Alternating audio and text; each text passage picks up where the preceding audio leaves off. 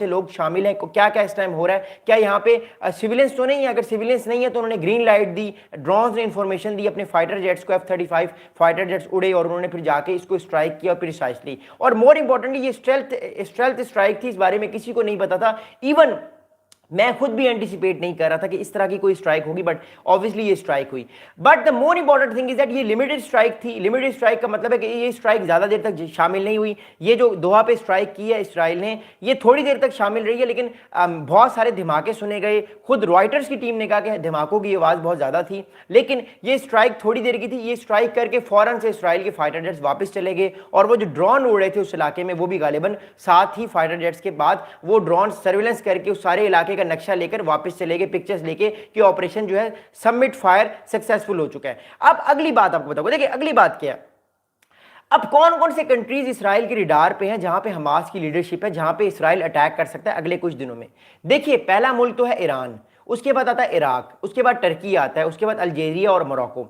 मेरी personal assessment है कि अगला टारगेट इराक हो सकता है। क्यों?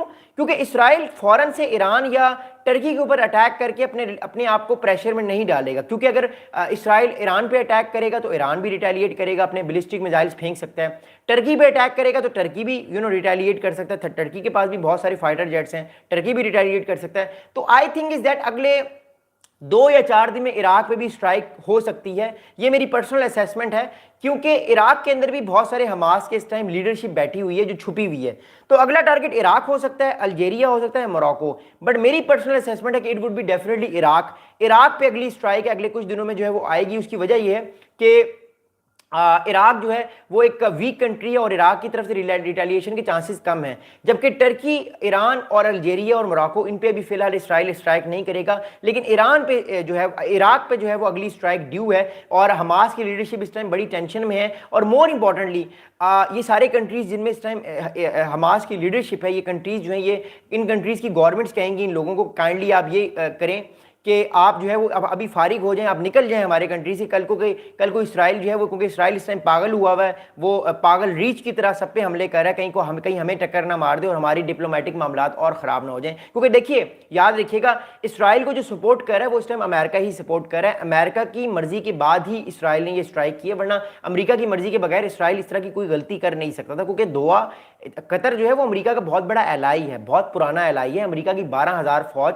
इस टाइम दोहा के अंदर है। मिडिल ईस्ट का सबसे बड़ा जो मिलिट्री बेस है वो इस टाइम कतर में है, अल उदे नाम है उसका। तो द थिंग इज दैट कि ये बड़ा इंपॉर्टेंट चीज है। अगली बात आपको बताऊं, देखिए अगली बात ये है कि अब ये जो एक तरह से जो स्ट्राइक की है कतर पे, इससे रीजनल कॉन्फ्लिक्ट बढ़ेगा आने वाले दिनों में। ये जो सारे जितने भी अरब कंट्रीज हैं इनके ऊपर प्रेशर आएगा, लबनान पे, टर्की पे, ईरान के ऊपर भी प्रेशर आएगा कि हमारे ऊपर भी आने वाले दिनों में स्ट्राइक हो सकती है, तो हमें इन लोगों को निकालना पड़ेगा, या अगर हम पे स्ट्राइक होती है तो हम किस तरह रिस्पॉन्स करें। क्योंकि ये भी ट्रेलर था, Qatar is only a trailer. Israel अभी हर उस कंट्री के पीछे जाएगा जहां जहां पे हमास की लीडरशिप है और उसको मारने की भरपूर कोशिश करेगा और दुनिया को मैसेज देगा कि ये जंग खत्म नहीं होगी।